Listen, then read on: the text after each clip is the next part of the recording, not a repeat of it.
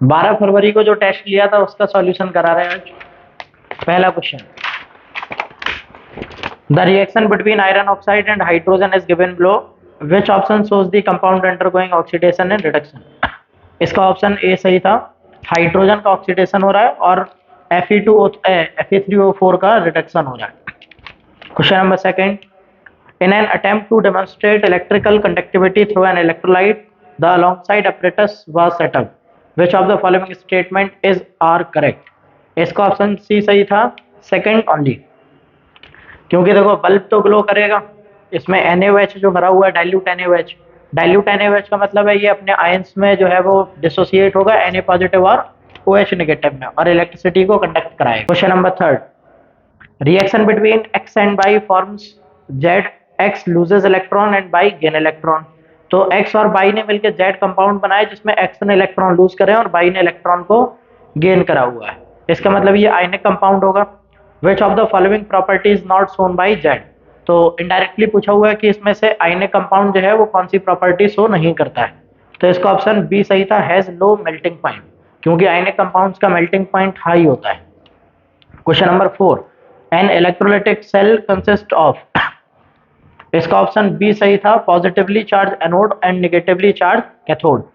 B option मतलब third and fourth. इसके बाद question number 5, which of the following are correct structural isomer of butane. तो इसमें देखो पहला ऑप्शन सही होगा, सेकंड भी सही होगा, थर्ड एंड फोर्थ सही नहीं होंगे। तो थर्ड वाले में देखो सही क्यों नहीं है, क्योंकि देखो रिंग बनी हुई है, और फोर्थ वाले में भी देखो साइक्लिक कंपाउंड बना हुआ है, चारों कार्बन रिंग में कनेक्टेड है। तो इसका ऑप्शन फर्स्ट एंड सेकंड सही है, तो ऑप्शन सी सही है, one and second only. Question number 6, during respiration exchange of gases takes place in. इसका ऑप्शन बी सही होगा, एल्वियोली ऑफ लंग्स। तो question number 7, structural formula of ethyne is. इसका ऑप्शन ए सही था, carbon carbon triple bond. Question number 8, a doctor advised a person to take an injection of insulin because. इसका option D सही होगा, his sugar level is in blood was high. तो blood. और question number 9, which of the following is correct sequence of event of sexual reproduction in flower. तो flower में sexual reproduction का कौन सा करेक्ट सीक्वेंस है। इसका ऑप्शन सी सही था, पहले पॉलिनेशन होगा, उसके बाद में फर्टिलाइजेशन होगा, फिर एम्ब्रियो बनेगा और उसके बाद में फिर सीड बनेगा। तो इसका ऑप्शन सी सही था। Question number 10, in peas a pure tall plant is crossed with short plant, the ratio of pure plant to the short plant in F2 is.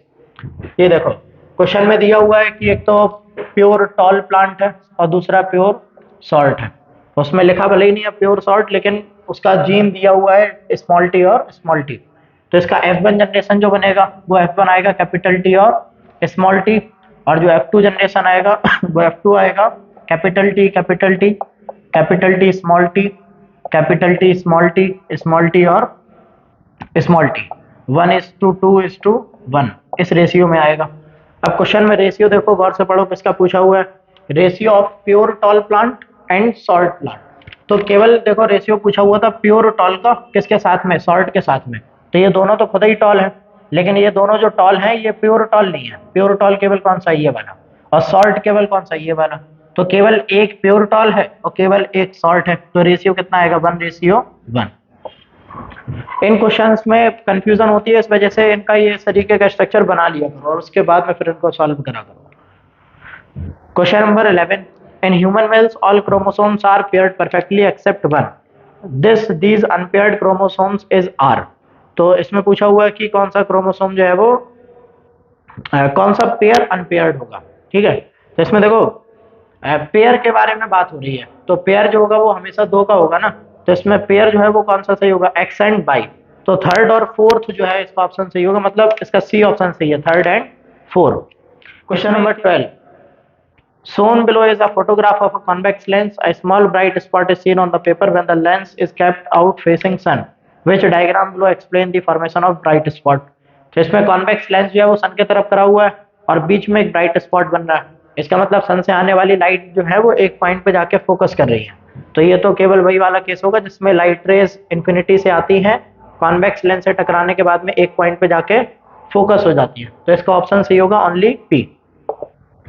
Question number 13, beams of light are incident through the holes A and B and emerges out of box through the hole C and D respectively as shown in the figure.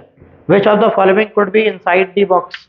तो इसमें देखो एक box दिया हुआ है जिसमें light rays incident हो रही हैं ए बी सी और डी होल्स पे, तो उसके बाद में लाइट रेज निकलती हैं सी और डी से।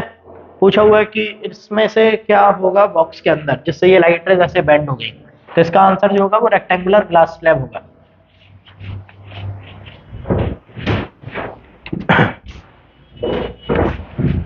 इस तरीके का यहाँ पे बॉक्स बना हुआ है, ये यहाँ पे एक होल है ए और नीचे एक होल है बी, यहाँ से लाइट रे इंसिडेंट हो रही, इंसिडेंट होने के बाद में ये सी होल से लाइट रेज इस तरीके से निकल रही हैं। तो लाइट रे देखो हल्का सा नीचे से निकल रही, तो नीचे से निकलेंगे इसका मतलब है कि लाइट रे कुछ इस तरीके से बेंड हुई होगी, और लाइट रे इस तरीके से बेंड कब होगी, जब यहाँ पे क्या हो ग्लास स्लैब। तो लाइट रे जैसे एंटर करेगी इधर पे तो टूवर्ड्स नॉर्मल जाएगी और लाइट रे का क्या होगा बेंडिंग होगा टूवर्ड्स नॉर्मली, और ये इस तरीके से बेंड करती हुई निकल जाएगी। सेम यहाँ इस वाले केस में भी होगा ये इस तरीके से, ठीक है। तो इसका ऑप्शन सही होगा रेक्टेंगुलर ग्लास स्लैब। और इसको चाहे तो एलिमिनेशन वाले मेथड से भी कर लेते कि बी में दिया हुआ है कॉन्वेक्स लेंस, तो वो हो नहीं सकता है। अगर कॉन्वेक्स लेंस होता तो लाइट रेज पैरेलल आ रही है तो ये कन्वर्ट होकर कहाँ पे निकल जाती है फोकस में। सी ऑप्शन भी सही नहीं होगा क्योंकि लाइट रेज पैरेलल जब आती है कॉनकेव लेंस में तो लाइट रेज डाइवर्ज हो जाती, दूर दूर हो जाती। प्रिज्म भी नहीं होगा क्योंकि लाइट रेज जब आती हैं तो फिर वो बेंड हो जाती है टुवर्ड्स बेस। अगर यहाँ पे प्रिज्म होता तो प्रिज्म में तो लाइट रे आती है और लाइट रे आने के बाद में बेंड हो जाती किसकी तरफ बेस की तरफ बेंड हो जाती, नीचे को निकल जाती। लेकिन यहाँ पे तो देखो पैरेलल है, ये लाइट रे इंसिडेंट और ये रिफ्लेक्टेड लाइट रे एक दूसरे के पैरेलल है। अगला देखो the image below depict light being split by a prism into different colours. This was first observed by Isaac Newton. What would this observation help us to understand. तो इनमें से जो ऑब्जर्वेशन है वो अपन को किस चीज में हेल्प कर रहा है समझाने में, तो इसका ऑप्शन सी सही था, the cause of rainbow. Prism से व्हाइट लाइट पास करती है तो ये डिस्पर्जन फिनोमेनन है, और डिस्पर्जन फिनोमेनन किस चीज को एक्सप्लेन करता है, रेनबो को भी तो एक्सप्लेन करता है। Question number 15 a cell a resistor key ammeter are arrange as shown in the circuit diagram, the current recorded in the ammeter will be. इसका ऑप्शन डी सही था, same in all three circuit. तीनों circuit में same होगा क्योंकि register एक ही लगा हुआ है सीरीज में है, तो जब सब सीरीज में है तो इसका मतलब है कि तीनों में करंट कैसा आना चाहिए सेम आना चाहिए। Question number 16 for a current in a long straight solenoid north and south pole are created at the two end among the following statement the incorrect statement is C. The pattern of magnetic field associated with the solenoid is different from the pattern of magnetic field around a bar magnet. तो ये तो गलत हो गया क्योंकि उसमें समझाया हुआ था नोट्स में कि जो मैग्नेटिक फील्ड होती है सोलेनॉइड की वो कैसे बिहेव करती है, कैसे लगती है, जैसे बार मैग्नेट की मैग्नेटिक फील्ड हो। Question number 17 assertion reason carbon monoxide is extremely poisonous in nature, ये ट्रू है। Carbon monoxide is form by complete combustion of carbon, ये फॉल्स है क्योंकि कार्बन मोनोऑक्साइड कंप्लीट कंबशन से नहीं बनता है, कार्बन डाइऑक्साइड बनता है। तो कार्बन जब अच्छे से बर्न होता है तब बनता है कार्बन डाइऑक्साइड, और कार्बन जब अच्छे से बर्न नहीं होता है तब बनता है कार्बन मोनोऑक्साइड, इनकम्प्लीट और ये कंप्लीट, ठीक है। तो इसका ऑप्शन जो होगा वो सी सही होगा, A is true but R is false. Question number 18 myopia is the defect of eye in which only nearer object are seen by eye, true है। मायोपिया में दूर का दिखाई नहीं देता, पास का दिखाई देता केवल। The eye ball is elongated, तो मायोपिया का एक रीजन क्या होगा कि आई बॉल क्या हो जाती है एलोंगेट हो जाती। आई बॉल का मतलब है ये जो आंख होती है अपनी ये एलोंगेट हो जाती। तो नॉर्मल आंखों में जब पैरेलल लाइट रेज आती हैं तो ये दूर की लाइट रेज बैंड होकर कहाँ पे निकल जाती, फोकस करती हैं रेटिना के ऊपर। लेकिन आई बॉल जब एलोंगेट हो जाती तो ये जो लाइट रे हैं ये आती पैरेलल, लेकिन ये रेटिना के पहले ही मीट कर जाती क्योंकि रेटिना जो है वो थोड़ा सा पीछे चला जाएगा। तो ये मायोपिया में ये भी होता है। तो A is true, R is true and R is correct explanation, तो इसका ऑप्शन ए सही होगा। Question number 19 the energy is required to carry out life process, true है। Energy is obtained in the form of ATP in mitochondria, ये भी true है और correct explanation, इसका ए ऑप्शन सही होगा। Question number 20 on changing the direction of flow of current through a straight conductor the direction of magnetic field around the conductor is reversed, तो magnetic field जो है वो reverse हो जाती है जब करंट की डायरेक्शन बदलते हैं, तो ये ट्रू है। वायर में अगर करंट नीचे से ऊपर जा रहा होगा तो इधर बनेगा साउथ पोल और इधर बनेगा नॉर्थ पोल, लेकिन अगर डायरेक्शन रिवर्स कर दोगे तो उल्टा हो जाएगा। राइट हैंड थंब रूल लगाओगे तो इधर पे बनेगा साउथ पोल और इधर बनेगा नॉर्थ पोल। तो मैग्नेटिक फील्ड रिवर्स हो गई इधर दोनों केसेस में। रीजन में देखो क्या दिया हुआ है, the direction of magnetic field around a conductor can be given in according with the left hand thumb rule. तो ये फॉल्स है क्योंकि अपन लोग राइट हैंड थंब रूल लगाते हैं, लेफ्ट हैंड थंब रूल नहीं लगाते। तो इसका ऑप्शन सी सही होगा, A is true, R is false. इसके बाद section B, question number 21, balance the following chemical equations. तो ये इक्वेशन दे रखी थी, इनको बैलेंस करना था।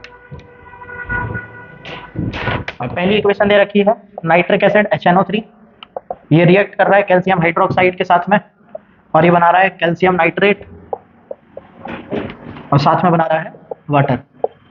तो ये रिएक्शन बैलेंस कर देते हैं। इसमें देखो यहाँ पे लेफ्ट में हाइड्रोजन कितना है, 1 और 2 3, और राइट में हाइड्रोजन कितना है, 2। तो इसको बैलेंस करना पड़ेगा, तो पहले इवन बना लो। तो यहाँ पे 2 का मल्टीप्लाई करा दो, तो ये हाइड्रोजन कितना हो गया 2, NO3 भी कितने हो गए 2, राइट में भी NO3 देखो 2 है, एक कैल्शियम इधर पे, एक कैल्शियम इधर, सब कुछ बैलेंस है, केवल हाइड्रोजन अब देखो इधर पे 2 और ये 2 कितने हो गए 4, तो यहाँ पे 2 का मल्टीप्लाई और करा दो। ऑक्सीजन भी बैलेंस हो गया होगा, ये 6 ऑक्सीजन और ये 2 8, यहाँ पे देखोगे तो ये 3 2 6 ऑक्सीजन और ये 2 8, रिएक्शन बैलेंस। अगली रिएक्शन है सोडियम हाइड्रोक्साइड और सल्फ्यूरिक एसिड की। तो सोडियम हाइड्रोक्साइड और सल्फ्यूरिक एसिड मिलकर बना रहे हैं Na2SO4 और साथ में वाटर। इस रिएक्शन को बैलेंस करना था, तो यहाँ पे देखो सोडियम 2 है, यहाँ एक सोडियम 2 का मल्टीप्लाई करा दो, और अब इसमें देखो हाइड्रोजन कितने हो गए 2 हाइड्रोजन और 2 ये 4, यहाँ पे 2 ही हाइड्रोजन है तो 2 का मल्टीप्लाई इधर करा दो, तो ये 4 हाइड्रोजन हो गए। ऑक्सीजन कितने हो गए 2 ऑक्सीजन ये और 4 ये 6, और यहाँ पे देखो 4 ऑक्सीजन ये और 2 ये तो 6, रिएक्शन ये वाली भी बैलेंस हो गई। Third reaction NaCl plus AgNO3 gives AgCl plus NaNO3। ये वाली रिएक्शन देखो बैलेंस है, एक NO3 एक NO3, एक सोडियम एक सोडियम, एक क्लोरीन एक क्लोरीन, एक सिल्वर एक सिल्वर। तो रिएक्शन ये ऑलरेडी बैलेंस है। अगली रिएक्शन है barium chloride plus sulphuric acid gives barium sulphate और साथ में HCl। इस रिएक्शन को बैलेंस करना, देखो यहाँ पे 2 हाइड्रोजन 2 क्लोरीन, इधर पे 1 हाइड्रोजन 1 क्लोरीन, 2 का मल्टीप्लाई, एक barium 2 chlorine 2 chlorine, 2 hydrogen 1 sulphate, reaction balance. इसके बाद अगला क्वेश्चन देखो, question number 22, equal length of magnesium ribbon are taken in test tube A and B, hydrochloric acid is added to test tube A और acetic acid is added to B। Question में 2 tube दे रखे हैं और दोनों में अपन लोगों ने मिला रखा है मैग्नीशियम रिबन को, तो दोनों में अपन लोगों ने मैग्नीशियम रिबन को डाल दिया, दोनों में मैग्नीशियम डाला हुआ है और दोनों में ऐड करा रहे हैं अपन लोग किसको, एसिड को। एक में मिलाया HCl और एक में मिलाया हुआ है CH3COOH को। आगे क्वेश्चन में पूछा हुआ है in which test tube will the fizzing occur more vigorously and Y. तो दोनों में से किसमें जो रिएक्शन है वो विगरसली होगी। फिजिंग विगरसली होने का मतलब है रिएक्शन तेजी से हो रही है, तो इसमें रिएक्शन तेज होगी क्योंकि हाइड्रोक्लोरिक एसिड कैसा है, एसिड है, स्ट्रॉन्ग एसिड। तो ए में जो रिएक्शन है तेज होगी, और क्यों तेज होगी क्योंकि HCl कैसा है, स्ट्रॉन्ग एसिड। इसके बाद question number 23, how does phototropism occur in plant. तो प्लांट में फोटोट्रॉपिज्म कैसे होता है। तो फोटोट्रॉपिज्म का मतलब क्या है कि प्लांट की ग्रोथ जो है वो सन की तरफ, सनलाइट की तरफ होती है। तो जैसे ये प्लांट है तो इसमें एक्सप्लेन कर देते हैं कि सन के अपोजिट साइड में ऑक्सीजन हार्मोन जो है इकट्ठा हो जाता है, जिसकी वजह से प्लांट जो है वो किसकी तरफ झुक जाता है, सन की तरफ झुक जाता है। तो ये ऐसे फोटोट्रॉपिज्म हो गया। इसके बाद अगला question 24, what will happen if the mucus is not secreted by gastric gland. अगर गैस्ट्रिक ग्लैंड जो है वो म्यूकस को सीक्रेट नहीं करेगा तो फिर क्या होगा। तो म्यूकस जो होता है वो क्यों आता है, म्यूकस अपन को प्रोटेक्ट करता है स्ट्रॉन्ग HCl से। जो पेट में हाइड्रोक्लोरिक एसिड भरा होता है, तो अपने जो पेट है या इसोफेगस है, इसमें इनर लाइनिंग किसकी बन जाती है, म्यूकस की, जो कि अपन को HCl से प्रोटेक्ट करती है। और अगर म्यूकस नहीं बनेगा अच्छे से तो हाइड्रोक्लोरिक एसिड क्या करेगा, इससे स्किन को बर्न कर देगा, और अंदर की साइड स्किन को बर्न करेगा तो छाले हो जाएंगे, जिनको अपन लोग क्या बोलते हैं, पेप्टिक अल्सर्स। तो हाइड्रोक्लोरिक एसिड नहीं बनेगा तो वो अपनी इनर लाइनिंग को प्रोटेक्ट नहीं करेगा स्टमक की, और फिर क्या हो जाएंगे, पेप्टिक अल्सर्स हो जाएंगे। ये 2 नंबर में इसका आंसर हो जाता है। अगला क्वेश्चन है list 4 specific characteristic of image of the object form by convex mirrors. In questions को गौर से पढ़ना होता है। देखो क्वेश्चन में पूछा हुआ है कॉन्वेक्स मिरर की इमेज की कैरेक्टरिस्टिक्स लिखनी है। तो कॉन्वेक्स मिरर है ना, तो कॉन्वेक्स मिरर क्या करता है कि कहीं पे भी ऑब्जेक्ट रखा हो उस ऑब्जेक्ट की इमेज को क्या करेगा, उस ऑब्जेक्ट की इमेज को डिमिनिश्ड बनाएगा।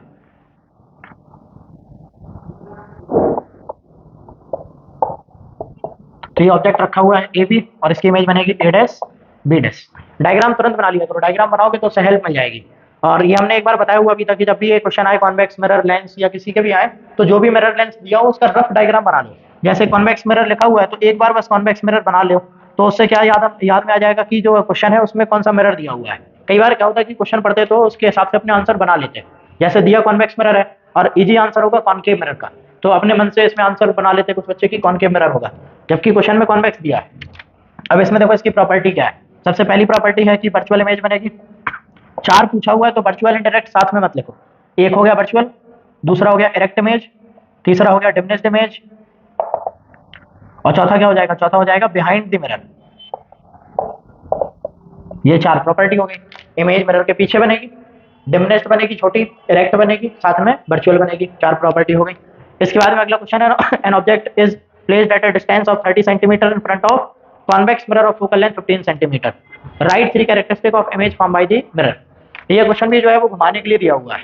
क्वेश्चन में साफ साफ लिखा हुआ है कि 30 सेंटीमीटर दूर रखा हुआ है और कॉन्वेक्स मिरर की फोकल लेंथ है 15 सेंटीमीटर। तो दिमाग में पहली चीज आएगी कि ऑब्जेक्ट सेंटर ऑफ कर्वेचर पे रखा हुआ है तो इतनी दूर जाके इमेज बन जानी चाहिए, लेकिन ये ऐसा होगा नहीं क्योंकि मिरर कौन सा है, कॉन्वेक्स मिरर, और कॉन्वेक्स मिरर में तो ऐसा कोई केस था ही नहीं तो ऑब्जेक्ट सेंटर ऑफ कर्वेचर पे रखा हो। ऑब्जेक्ट तो हमेशा कहाँ पे रखा होगा, लेफ्ट में रखा होगा, और इमेज राइट में बनेगी और उसकी ये कैरेक्टरिस्टिक हमेशा फिक्स रहेंगी। लेकिन क्वेश्चन में क्योंकि देखो वैल्यू दे रखी है तो वैल्यू के हिसाब से आंसर लिख के आना था।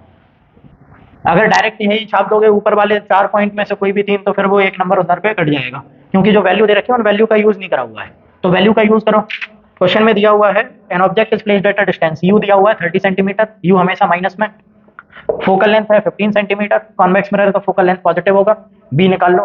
तो 1/f is equal to 1/b plus 1/u mirror formula लगाया, 1/15 इज इक्वल टू 1/b और माइनस में 1/30, तो 1/b इज इक्वल टू आ जाएगा 1/15 प्लस 1/30। एलसीएम लोगे तो ये हो जाएगा 2 प्लस 1 1/b और b इज इक्वल टू यहाँ पे आ जाएगा 3/30, कितना आ जाएगा प्लस का 10 सेंटीमीटर। तो देखो कहाँ पे डिस्टेंस है, ऑब्जेक्ट रखा हुआ है 30 सेंटीमीटर पे, इमेज बनी है 10 सेंटीमीटर पे, तो इसका मतलब है कि ऑब्जेक्ट जो होगा उसका इमेज का साइज कैसा होगा, डिमिनिश्ड होगा। वर्चुअल एंड डायरेक्ट इमेज होगी क्योंकि राइट साइड में बना हुआ है, इसके अलावा डिमिनिश्ड होगा और बिहाइंड भी मिरर होगा। अब इनमें से कोई भी प्रॉपर्टी लिख देते क्योंकि आंसर में तुमने वैल्यू का यूज करा हुआ है। अगला question, why does a person suffering from hypermetropia prefer to remove his spectacles while looking at the distant object? तो कोई व्यक्ति जो है वो हाइपरमेट्रोपिया से जो सफर कर रहा है वो दूर की चीजें देखने के लिए स्पेक्टिकल्स को निकाल देता है। क्यों? क्योंकि हाइपरमेट्रोपिया का मतलब है कि उसको पास का नहीं दिखाई देता, दूर का तो दिखाई देगा ना, तो लॉन्ग साइटेडनेस है, इस वजह से वो क्या करेगा, चश्मे को उतार के दूर का देखेगा, क्योंकि जो चश्मा लगा हुआ है वो उसकी पास की नजर को सही करने के लिए है, दूर की नजर के लिए तो उसकी आंखें ऑलरेडी सही है। तो ये इसका आंसर हो जाएगा। Question number 27, right the formula and chemical name of bleaching powder. तो फॉर्मूला और ब्लीचिंग पाउडर का केमिकल नेम, तो फॉर्मूला तो होगा CaOCl2 और केमिकल नेम क्या होगा, कैल्शियम ऑक्सीक्लोराइड। इसके बाद इसी में अगला क्वेश्चन है, right the chemical equation two represent the action of atmospheric carbon dioxide on bleaching powder. तो ये क्वेश्चन एक बार रिपीट हो चुका है। कैल्शियम ऑक्सीक्लोराइड, इसकी रिएक्शन कार्बन डाइऑक्साइड के साथ में कराओगे तो कैल्शियम कार्बोनेट बना लेगा और साथ में क्लोरीन गैस को इवॉल्व कर देगा, तो ये इसकी रिएक्शन हो जाएगी। अगला क्वेश्चन देखो इसी में, state for what purpose is bleaching powder used in water treatment plant. तो वाटर ट्रीटमेंट प्लांट में ब्लीचिंग पाउडर क्यों यूज करते हैं, ताकि ये क्योंकि डिसइंफेक्टेंट के जैसे काम करता है, पानी में जो भी पैथोजेंस वगैरह हैं उन सभी को खत्म करने के लिए। क्वेश्चन नंबर 28, ड्रॉ अ लेवल diagram of human male reproductive system. तो मेल रिप्रोडक्टिव सिस्टम का डायग्राम बनाना था, तो डायग्राम देख लो। क्वेश्चन नंबर 29 का first, what will happen to a ray of light when it falls normally on a surface, show it diagrammatically. तो कोई भी सरफेस के ऊपर लाइट रे नॉर्मली गिर रही, नॉर्मली का मतलब है कि परपेंडिकुलर, ये है सरफेस और इस सरफेस के परपेंडिकुलर लाइट रे आके गिर रही है, तो इस लाइट रे के साथ में क्या होगा। तो सरफेस के बारे में बताया तो कुछ नहीं है कि ये जो मीडियम है वो ट्रांसपेरेंट है या फिर नहीं है, तो यहाँ पे 2 चीजें हो सकती हैं कि अगर रिफ्रैक्शन होगा तो लाइट रे सीधी निकल जाएगी, और अगर रिफ्लेक्शन होगा तो लाइट रे अपने ओरिजिनल पाथ पे वापस चली जाएगी, तो ये 2 चीजें हो सकती हैं इसमें। क्वेश्चन नंबर इसी में सेकंड, डायग्रामेटिकल, इसमें डायग्रामेटिकली रिप्रेजेंट करना है तो इसमें इतना काफी है, डायग्राम अकेले बना देते तो चल जाता। इसके बाद क्वेश्चन नंबर सेकंड 29 का, under what condition in arrangement of 2 plane mirrors incident ray and reflected ray will always be parallel to each other whatever may be the angle of incidence, show the same with the help of an ray diagram. तो ray diagram की help से अपन को ये explain करना है कि plane mirror की किस अरेंजमेंट में इंसिडेंट रे और रिफ्लेक्टेड रे हमेशा आपस में पैरेलल रहेंगे। इस तरीके से जब प्लेन मिरर एक दूसरे के परपेंडिकुलर रखे होंगे इस तरीके से, तो इंसिडेंट रे और रिफ्लेक्टेड रे हमेशा एक दूसरे के पैरेलल होंगे। जैसे ये आई इंसिडेंट रे, ये इधर से रिफ्लेक्ट करेगी पहली बार और उसके बाद में फाइनली जो रिफ्लेक्ट करेगी वो कहाँ करेगी, इधर पे। तो ये फाइनली इधर रिफ्लेक्ट करके जाएगी। तो ये इंसिडेंट रे और फाइनल रिफ्लेक्टेड रे के बारे में पूछा हुआ था, तो ये दोनों आपस में कैसे होंगे, पैरेलल। डायग्राम से रिप्रेजेंट कराना था, तो आंसर तो केवल इतना होगा कि ये लाइट रे जो प्लेन मिरर है वो आपस में परपेंडिकुलर होंगे, ये एक नंबर, और उसके बाद में डायग्राम का एक नंबर, तो ये हो जाता आंसर। लेकिन इसको समझ लो कि ये कैसे हमेशा आपस में पैरेलल होंगे। मैथमेटिकली अगर प्रूव करोगे तो ये देखो लाइट रे आकर टकराई इधर पॉइंट पे, इधर बनाओगे नॉर्मल, ये बनेगा angle i, angle i is equal to angle r करके ये एंगल आर बनेगा। ये एंगल कितना होगा, ये टोटल एंगल देखो 90 है, ये एंगल आर है, तो ये बचेगा 90 माइनस आर। ये 90 माइनस आर है और ये एंगल 90 डिग्री है। टोटल सम कितना होता है सभी एंगल्स का, 180 डिग्री। तो इसका मतलब ये वाला एंगल कितना होगा, ये एंगल होगा आर। उसके बाद में इस पॉइंट पे लाइटें टकराई तो इधर एक नॉर्मल बनाओगे। अगर नॉर्मल बना हुआ है तो देखो ये पूरा 90 डिग्री हुआ, ये एंगल आर है, तो ये एंगल कितना होगा 90 माइनस आर। ये 90 माइनस आर है, तो ये angle i is equal to angle r से ये भी कितना हो जाएगा 90 माइनस आर। अब जरा इनको देखो जरा, कोई इंटीरियर एंगल्स, एक तो ये कोई इंटीरियर एंगल है और दूसरा ये कोई इंटीरियर एंगल है। इन दोनों का सम अगर 180 डिग्री आता है तो ये दोनों जो है मतलब ये दोनों जो लाइन्स हैं ये आपस में कैसे होने चाहिए, पैरेलल। तो यहाँ पे देखो इनका सम देखो, तो ये वाला टोटल एंगल कितना होगा, ये टोटल एंगल है आई प्लस आर, प्लस ये टोटल एंगल कितना है, ये टोटल एंगल है 90 minus r plus 90 minus r, ये होगा टोटल एंगल। अब इसको ऐड करा दो तो I plus are plus 90 minus R, और ये 90 90 180 हो गया, माइनस आर और माइनस आर। तो देखो आर इज इक्वल टू कितना होगा, आई होगा ना, तो आर इज इक्वल टू आई, तो कोई भी आर को क्या लिख दो आई, तो आई से आई कट गया, आर से आर कट गया, टोटल एंगल कितना आ गया 180। तो ये दोनों एंगल का सम 180, इसका मतलब ये दोनों लाइन आपस में कैसी होंगी, पैरेलल। तो ये लाइट से कितने भी एंगल से गिरे ये हमेशा जो है वो कितना सम होगा इनका 180 होगा, और उसके बाद में ये वाली लाइन और ये वाली लाइन आपस में कैसी होगी, पैरेलल होगी। इसमें थोड़ा सा दिमाग ज्यादा लगाना था। इसके बाद अगला क्वेश्चन है, a wire of length L and resistance R is stretched so that its length is double and area of cross section is half. How will it resistance change? Resistance कैसे change होगा जब length double हो जाए और area of cross section आधा हो जाए। इन type के क्वेश्चंस को करने के लिए सबसे पहले एक इनिशियल रेजिस्टेंस मान लो और उसके बाद में उससे कंपेयर करा दो। तो एक इनिशियल रेजिस्टेंस अपन लोगों ने मान लिया R is equal to rho L by A. अब नया रेजिस्टेंस कैसे आएगा, तो नया रेजिस्टेंस जो होगा वो होगा रो, रेजिस्टिविटी चेंज नहीं होगी। बोला हुआ स्ट्रेच करने पे लेंथ डबल हो गई, तो लेंथ कितनी हो गई 2L divided by area of cross section आधा हो गया, तो एरिया ऑफ क्रॉस सेक्शन हो गया A बाई 2। ये 2 ऊपर जाके मल्टीप्लाई होगा, R डैश आ जाएगा 4 रो एल अपॉन ए, जिसमें से देखो रो एल अपॉन ए किसके बराबर है, R के बराबर, तो R dash is equal to आ जाएगा 4R। ये फर्स्ट पार्ट इसका सॉल्व हो गया। सेकेंड पार्ट रेजिस्टिविटी चेंज, तो रेजिस्टिविटी में क्या चेंज होगा, नो चेंज। क्यों नहीं होगा, resistivity depends only on material, resistivity केवल मटेरियल पे डिपेंड करती है और स्ट्रेच करने पे मटेरियल जो है मटेरियल चेंज थोड़ी ना हुआ है। इसके बाद अगला क्वेश्चन देखो इसी में, question number 31, current I flows through a resistor result in dissipation of power P. Why what percentage will the power dissipated in the resistor increase if the current through the resistor is increased by 50%? Question में calculation काफी है और अच्छा question है, इसको देखो समझो। Question में बोला हुआ है कि एक वायर जिसमें करंट जा रहा I, उसमें पावर जा रही है कितनी P। तो इनिशियल फार्मूला पहले बना लो, तो इनिशियल फार्मूला पहले बनाओगे तो power is equal to wire का रेजिस्टेंस R है, तो हो जाएगा power is equal to I square into R। ये इनिशियल पावर हो गई। अब बोला हुआ है कि क्या करा हुआ है, वायर में करंट को 50% इंक्रीज कर दिया। ये 50% इंक्रीज का मतलब क्या है, 50% इंक्रीज का मतलब है कि जैसे अगर मान लो पहले करंट था 10 एम्पियर, तो इसमें 50% का इंक्रीज हो गया, तो 10 एम्पियर का 50% कितना हुआ 5 एम्पियर, और ये 5 एम्पियर इंक्रीज है, तो 10 एम्पियर पहले का तो है ही है, लेकिन ये 5 एम्पियर ऐड हो जाएगा, तो टोटल अब करंट कितना होगा 15 एम्पियर। आया समझ में, मतलब कुल मिला के कितने टाइम्स बढ़ा दिया है, टोटल बढ़ा दिया है 150%। तो यहाँ पे देखो 50% इंक्रीज है, इनिशियल करंट कितना है I, दूसरा करंट कितना होगा, दूसरा करंट होगा 50% ऑफ I प्लस I, इतना ही तो होगा, पहले का 10 एम्पियर और प्लस में 50%, तो पहले तो I का 50% और साथ में I ऐड करा दिया, तो नया करंट कितना होगा, नया करंट होगा 50% ऑफ I कितना हुआ 50/100 मल्टीप्लाई बाई I प्लस में I, तो ये बचेगा 1/2 प्लस में I, ये हो जाएगा 3/2 I। तो I डैश कितना आएगा, नया वाला करंट होगा 3/2 I। अगर ऐसे याद नहीं होता है तो डायरेक्ट याद करो कि जैसे 50% का इंक्रीज है, तो 50% का इंक्रीज का मतलब कितना हुआ, 100 होगा इनिशियल। इनिशियल कितना होगा, 100% ही तो होगा। तो 50% का इंक्रीज मतलब नया करंट कितना हो गया, 150% हो गया। तो जो डायरेक्ट इधर से निकाल लो चाहे तो 150% ऑफ आई, और 150% ऑफ आई कितना होगा, आई डैश हो जाएगा 150/100 मल्टीप्लाई बाई आई। इधर से कैलकुलेट करोगे ये डायरेक्ट आ जाएगा 3/2 आई। आया समझ में? तो दोनों में से जो भी मेथड आ जाए, ये आ जाए चाहे ये आ जाए, करना उसी तरीके से होगा, ठीक है। इंक्रीज का मतलब है कि इनिशियल में उतना परसेंट इंक्रीज करा दिया है।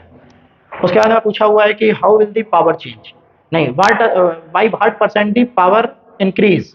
तो अब परसेंटेज इंक्रीज पूछा हुआ है पावर का, तो ये क्वेश्चन यहाँ पे गौर से करना था। यहाँ पे पावर जो है वो फाइनल पावर अकेला नहीं पूछा हुआ है, यहाँ पे पावर में जो इंक्रीज है उसका परसेंटेज पूछा हुआ है। तो पहले तो निकालो कि पावर नई होगी कितनी, तो नई power p dash is equal to कितना होगा, i dash square multiply by r. Resistance change होगा नहीं, करंट चेंज हो चुका है। करंट आया हुआ है कितना, 3/2 आई, तो 3/2 आई का करा दो स्क्वायर मल्टीप्लाई बाई आर। तो P dash is equal to आ जाएगा 9/4 आई स्क्वायर इंटू आर, जिसमें से देखो आई स्क्वायर आर किसके बराबर है, आई स्क्वायर आर बराबर है पुरानी पावर के। तो P dash is equal to आ जाएगा कितना, 9/4 इंटू पी। तो ये नई पावर आ गई। अब पूछा हुआ है कि कितना इंक्रीज है परसेंटेज में, तो परसेंटेज इंक्रीज बताना है। तो पहले तो देख लो चेंज इन पावर कितना है। चेंज इन पावर, तो चेंज इन पावर कितना है, final power minus initial power होगा। फाइनल पावर कितनी है, 9/4 पी माइनस इनिशियल पावर कितना है पी। ऐड कराओगे तो 4 एलसीएम, और ऊपर बचेगा 9p माइनस यहाँ पे बचेगा 4p, ये आ जाएगा 5p/4। तो ये है चेंज इन पावर, कितना है ये चेंज इन पावर। और चेंज इन पावर का पूछा हुआ है परसेंटेज, तो percentage change in power is equal to कितना होगा, ये हो जाएगा जो पावर में चेंज आया वो divided by original power multiply by 100। तो चेंज इन पावर कितना है, 5/4 into P divided by initial power कितना है पी मल्टीप्लाई बाई 100। पी से पी कटेगा, ये हो जाएगा देखो 5/4 मल्टीप्लाई बाई 100, ये 25 टाइम्स कटा और ये हो गया 125%। ठीक है, क्वेश्चन टफ था मैं पता है, लेकिन आ जाना चाहिए था। थोड़ा बहुत दिमाग लगाएगा करो और किसी मैथ थोड़ी लगानी पड़ेगी। Question number 32, how is the method of extraction of metal high up in the reactivity series different from that of metal in middle. तो मिडिल रिएक्टिविटी सीरीज के मेटल की एक्सट्रैक्शन हायर ऑर्डर से कैसे जो है वो डिफरेंट होती है। तो हाई ऑर्डर के जो रिएक्टिविटी वाले मेटल्स होते हैं उनको एक्सट्रैक्ट अपन लोग केमिकल रिडक्शन से नहीं कर सकते, तो फिर अपन लोग क्या करते हैं उसका अपन लोग कराते हैं इलेक्ट्रोलाइटिक रिडक्शन।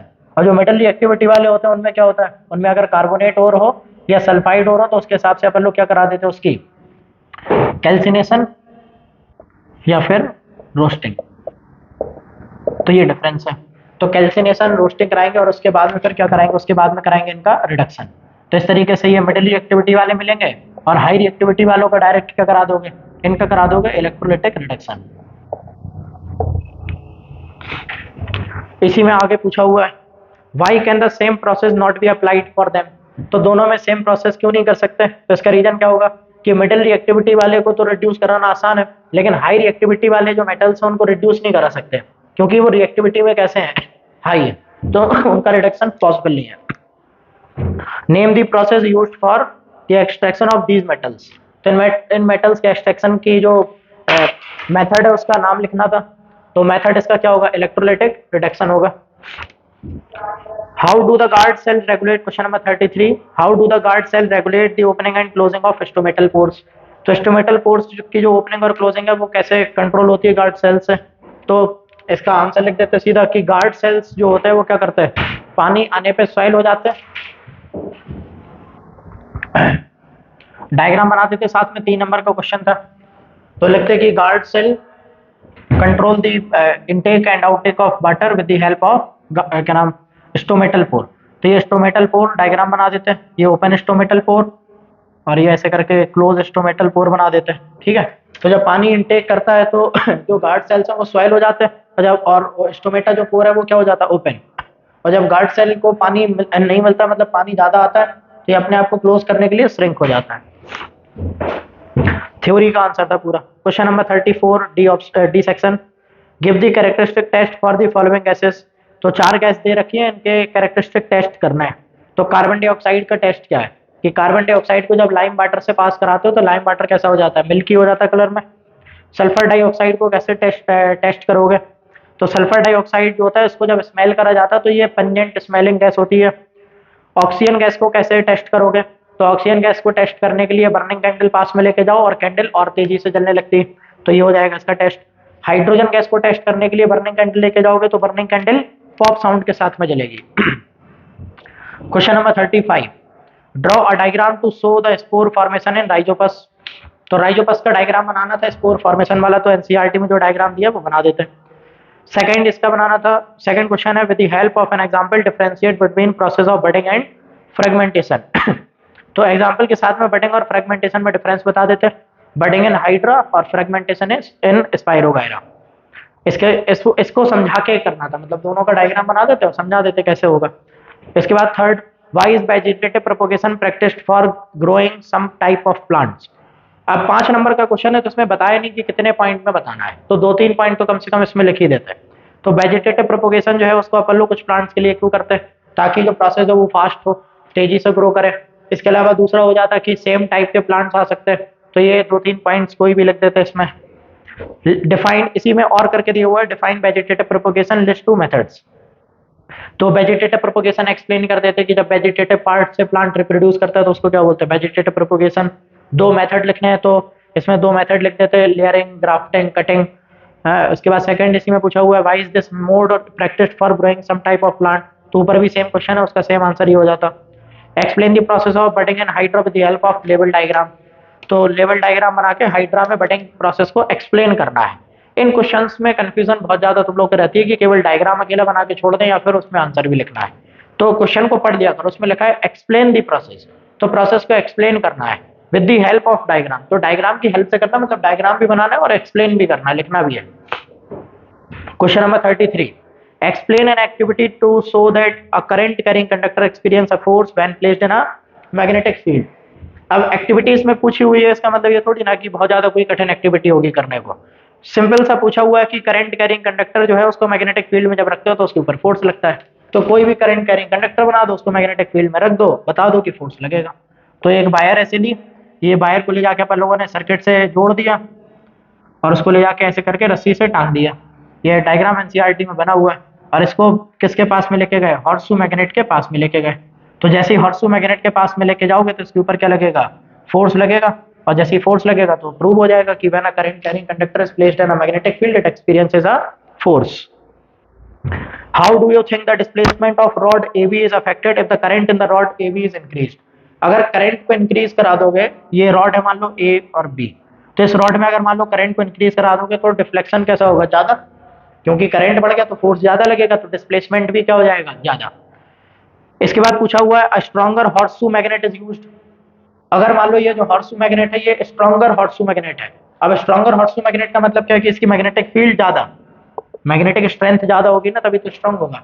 तो मैग्नेटिक फील्ड को बढ़ा दोगे तब भी फोर्स कैसा लगेगा, ज्यादा। और ज्यादा फोर्स का मतलब ज्यादा डिस्प्लेसमेंट, तो इस वाले केस में भी डिस्प्लेसमेंट बढ़ेगा।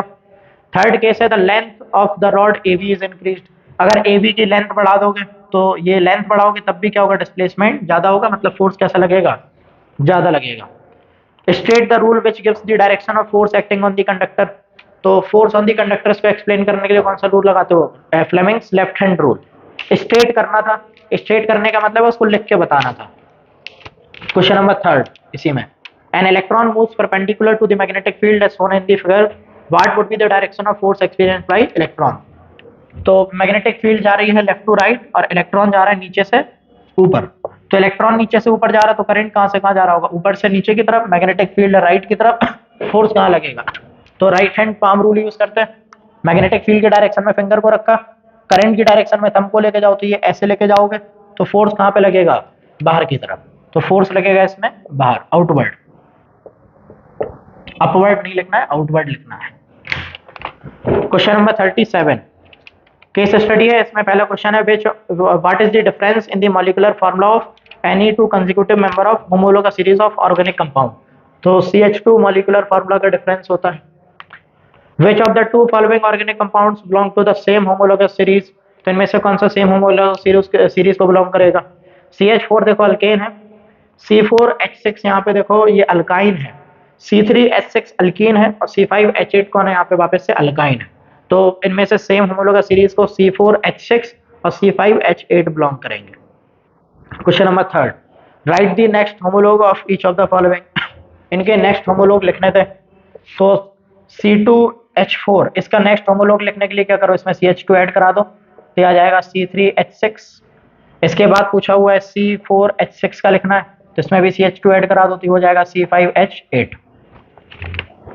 Question number 38, study the table in which thyroid stimulating hormone, ये पूरा केस स्टडी दिया हुआ है और इसमें पहला क्वेश्चन है, अ 35-year-old woman has TSH level 6.03, what change should she bring in a diet to control this level।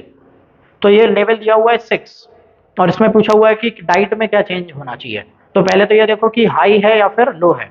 देखो एज दे रखी है 35, ऊपर टेबल चेक करोगे तो टेबल में 30 से लेके 49 ईयर जो एज है उसमें नॉर्मल TSH लेवल होगा 0.4 से लेके 4, तो इसमें दिया हुआ है 6, तो ये हाई TSH लेवल है। कौन सा लेवल है ये, हाई TSH लेवल है। और केस स्टडी में ही देखो लिखा हुआ है, high TSH level can be controlled by avoiding carbohydrate and fat. तो कार्बोहाइड्रेट और फैट को खाने में अवॉइड करेंगे तो क्या होगा, TSH लेवल कंट्रोल हो जाएगा, हाई TSH लेवल। तो यही इसका आंसर हो जाता। Question number B, when do women face a greater risk for abnormal TSH level. तो एबनॉर्मल TSH लेवल कब होता है, तो देखो ऊपर पहली लाइन में ही लिखा हुआ है, women are at greater risk of developing abnormal TSH level during menstruation, while giving birth and after going through menopause. Menopause का मतलब होता है यहाँ पे क्या नाम 45 से लेके 50 तक की एज, जब मेंस्ट्रुएशन साइकिल जो है वो बंद होती है वुमेन में तब। तो ये जो है इसका आंसर हो जाएगा, ये ऊपर लिखा हुआ है तो पूरा आंसर लिखा हुआ है सीधा। Question number C, state the consequence of low TSH level. ये भी आंसर केस स्टडी में ही देखो लास्ट में लिखा हुआ है, लो TSH level cause weakness and weight loss. Question number D, name the mineral that is responsible for synthesis of hormone secreted by thyroid gland. तो यहाँ पे ये नहीं पूछा है कि कौन सा हार्मोन बनेगा, ये पूछा हुआ है कि हार्मोन बनाने में कौन सा मिनरल हेल्प करेगा। तो हार्मोन तो जो बनता है वो कौन सा होता है, थायरोक्सिन, और उसको बनाने में हेल्प कौन करता है, आयोडीन। तो मिनरल जो होगा वो होगा आंसर आयोडीन। क्वेश्चन नंबर 39 का पहला, अब ये वाली केस स्टडी जो थी इसमें जो क्वेश्चन पेपर था, मतलब जो किताब थी उसमें ही मिस्टेक थी। उसमें लिखा हुआ है, उसमें the ozone in the troposphere up to 110 kilometre. तो 110 किलोमीटर ऊपर तक ट्रोपोस्फियर नहीं होती है, ट्रोपोस्फियर की जो रेंज होती है वो 10 से लेके 13 किलोमीटर की होती है। तो अप्रॉक्स 11 किलोमीटर जो है वो मान लो इसको, तो 11 किलोमीटर की जगह पे उसमें केस स्टडी में धोखे से 110 किलोमीटर लिख गया था। ठीक है, क्वेश्चन देख लो, इसमें क्वेश्चन में पूछा हुआ है, the ozone is form during thunderstorm, it causes the typical smell after such storm, is the ozone form during thunderstorm bad और गुड। ये क्वेश्चन में देखो भले ही केस स्टडी में कुछ भी लिखा हो, तुम अपने तरफ से आंसर जो है वो देना चालू करो। ठीक है, केस स्टडी में लिखा हुआ है उसमें गलत लिखा सही लिखा, तुम्हें अपना आंसर आता है कि थंडरस्टॉर्म के टाइम पे जो ओजोन बनेगा वो कहाँ रहेगा, एटमॉस्फेयर में नीचे लेवल पे। और ओजोन जो होती है वो कैसी होती है, टॉक्सिक होती है जब वो ग्राउंड लेवल पे बनती है। और उसमें साथ में लिखा हुआ है कि ये स्मेल भी करेगा। स्मेल करने का मतलब है कि कोई इंसान इसको स्मेल करना है ओजोन को, और ओजोन जो होती है उसको जब स्मेल करोगे तो वो लंग्स वगैरह के लिए कैसी होती है, टॉक्सिक। तो ये बैड ओजोन होना चाहिए इसका आंसर। और अगर इसको बाई थ्योरी जाओगे तो इसका रीजन क्या होगा, इसका रीजन होगा क्योंकि ये ग्राउंड लेवल पे बनेगी या फिर जो है वो ट्रोपोस्फियर पे बनेगी। इसमें आगे लिखा हुआ है, how can increase incidence of ultraviolet रे हार्म ह्यूमंस। तो ह्यूमंस जो है वो यूवी रेडिएशन से कैसे हार्म होते, तो वो स्किन कैंसर वगैरह, स्किन बर्न, ये सारी चीजें लिख देनी थी। What destructive effect do the chlorofluorocarbons bring about in atmosphere. तो CFC का इंक्रीज जो होता है वो उससे क्या होता है, ओजोन डिप्लेशन होता है। Name any two source of chemicals that are said to deplete ozone. तो दो सोर्स लिखने केमिकल्स के जो कि ओजोन को डिप्लेट कराते हैं। तो रेफ्रिजरेटर लिख दो, AC लिख दो, फ्रिज एंड AC। तो ये इसका आंसर हो जाएगा। तो सारे सॉल्यूशन हो गए। अब जो भी डाउट हो तो क्वेश्चन जो है वो क्लास में क्लियर कर लेना, कोई भी डाउट छोड़ना नहीं। अगर कोई डाउट रह जाए, अगर इस वीडियो से क्लियर नहीं हो तो क्लास में जरूर उसको कंप्लीट कर लेना डाउट को, लेकिन डाउट रहने मत देना बस। ठीक है।